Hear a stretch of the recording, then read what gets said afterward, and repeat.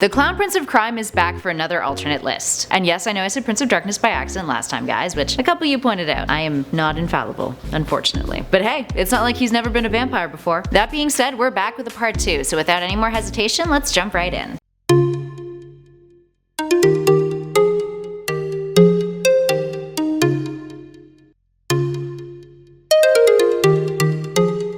Starting off this list with a bit of fun, our number 10 spot goes to Lego Joker. Voiced by Zach Galifianakis, this Joker is a tad more sensitive than some of the other versions on this list. The whole plot of the Lego Batman movie actually starts off with Bats hurting the Joker's feelings. How? Well, he tells him he's not as important in his life as he thinks he is. And at number 9 we have Pirate Joker. We touched on his pirate Batman counterpart on one of our top 10 alternate Batman lists, but let's take a look at Bat's foe, the Laughing Man. He's a sadistic pirate who tries to get Capitana Felina, aka Catwoman, to seduce Captain Leatherwing, aka Batman. The two eventually have a confrontation where Laughing Man kills Robin, or rather Robin Redblade, when he jumps in front of Leatherwing and takes a bullet for him. And Leatherwing then stabs the Laughing Man and nails his body to the mast of his ship, so very piratey of him. Up next at number 8 we have All-Star Joker. This one's from Frank Miller and Jim Lee's All-Star Batman and Robin, and he first appeared in issue number 8. He's introduced in a scene in a hotel room where he's having sex with a woman named Donna. After they finish, he strangles her to death, all while professing his love to her. Doesn't really seem that romantic to me. Aside from Bruce bullying the crap out of Dick Grayson the entire time through this comic, this one has also been pretty popular online by having a couple of artists transform the Joker into what's known as the Yakuza Joker. Give it a Google, people, it's pretty cool. Miller has also stated that All-Star is in the same continuity as The Dark Knight Returns, which retroactively was clarified by DC, stating that all Frank Miller's Batman works are in the same continuity. And at 7 we have Tim Burton's Joker. Who doesn't love Jack Nicholson? Burton's 1989 film briefly explored the Joker's origin, giving us some backstory on a criminal named Jack Napier, who was the man responsible for killing Thomas and Martha Wayne when he and his partner robbed the family that fateful night. This backstory connection made the relationship between Bats and the Clown Prince even more nefarious. And a morbid fact for you all,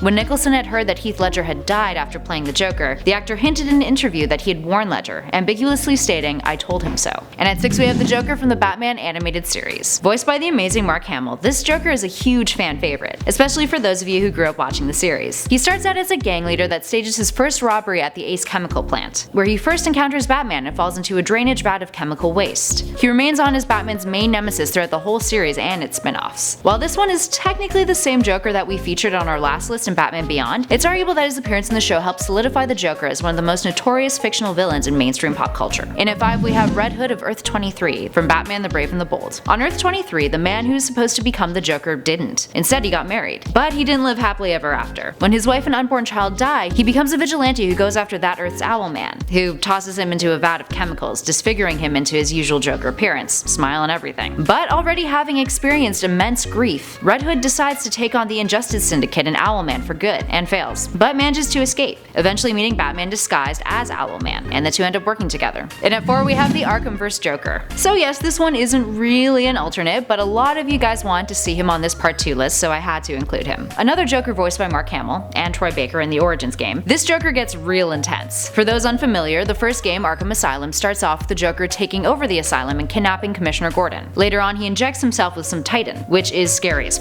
And no spoilers, but the ending of Arkham City is, well, it gave me chills.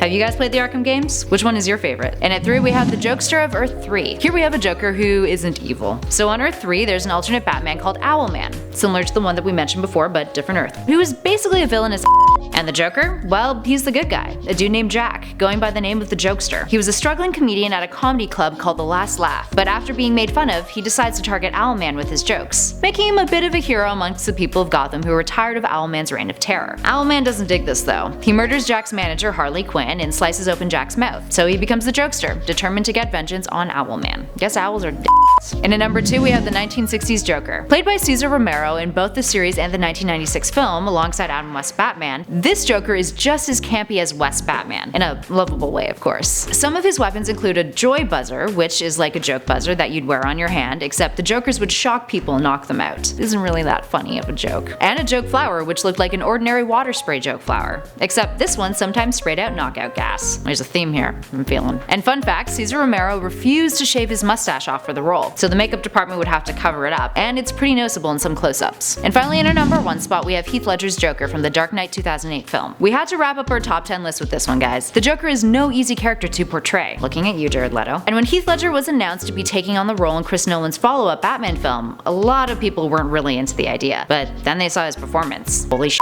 Ledger took so much of what makes the Joker a phenomenal villain and crafted a unique version of the character that kept us all on the edges of our seats. And that hospital scene, guys? Need I say more?